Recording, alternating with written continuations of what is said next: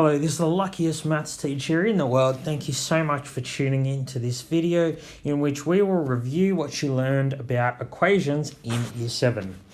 So the idea behind an equation is pretty simple. We have a number and we've performed heaps of operations to it, and we have to go back, undo those operations and figure out what the number was that we started with.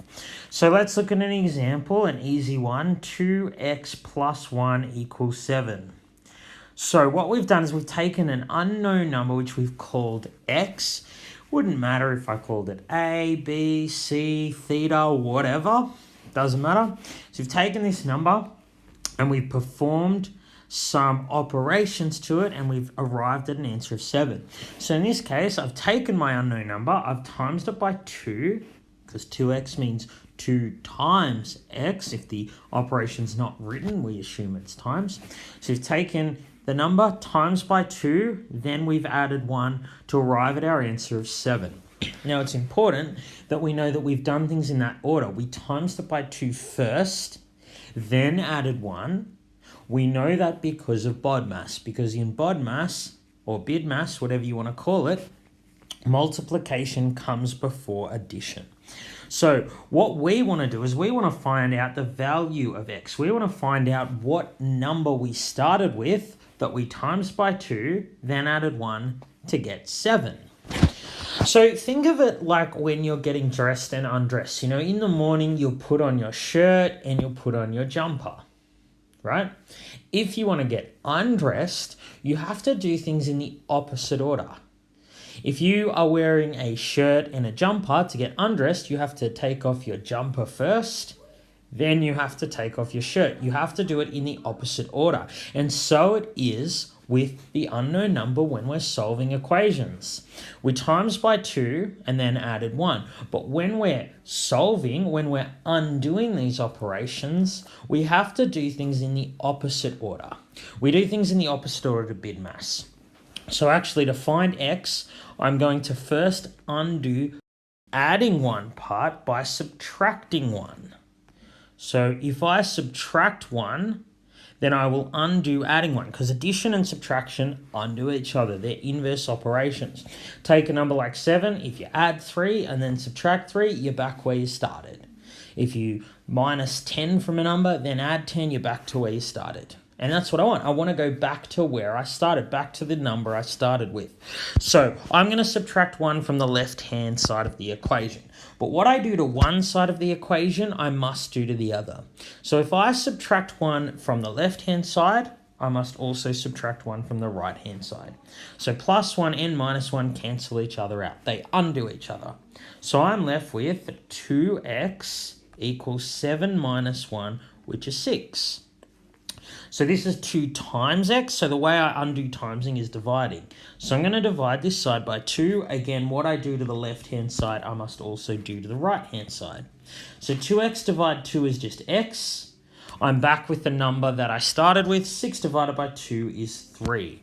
So the solution to this equation is x equals 3, because 2 times 3 plus 1 equals 7 is a true statement. If I take this statement here and substitute x for 3, I get a true statement. If I were to substitute any other number, like x equals 4, the statement would be untrue. 2 times 4 plus 1 does not equal 7, right? So this is my answer, x equals 3. So I'm going to do a couple more examples a little faster, but the idea is the same. We undo everything that's been done to the pronumeral or letter to find out what the number was that I started with. So let's look at this. 3x minus 9 equals 27. So I've taken a number, times it by 3, then subtracted 9 to get the answer of 27. And I want to know what number I started with. What number do you times by 3, then subtract 9 from your answer to get 27? So there are 2 ways you can do it. You can do it similarly to the way that I just did, which is called the balance method. So what we do is we do the same thing to each side of the equation. So if I were to do that, I want to first undo subtracting 9 by adding 9, because addition undoes subtraction. And if I add 9 to the left-hand side, I add it to the right-hand side. So the 9s cancel each other out, they undo each other. I'm left with 3x equals 27 plus 9, which is 36. Now I have to undo timesing by 3 by dividing by 3. Again, I have to do the same to both sides of the equation. So x will be 36 divided by 3. Because 3 times 12 minus 9 equals 27, that is a true statement. So I know I've done something right. So the other method you can use is the flowchart method. So what you do is you tell the story of what happened to x. So I took x, then what I did was I times it by 3, then I subtracted 9, and I ended up with the answer of 27. So timesing x by 3 is how I got the 3x part, and minusing 9 is how I got the 3x minus 9. So when I want to solve the equation, find out what x is, I am going to reverse the flowchart. So I'm going to start at my answer of 27, and instead of minusing 9, I add 9.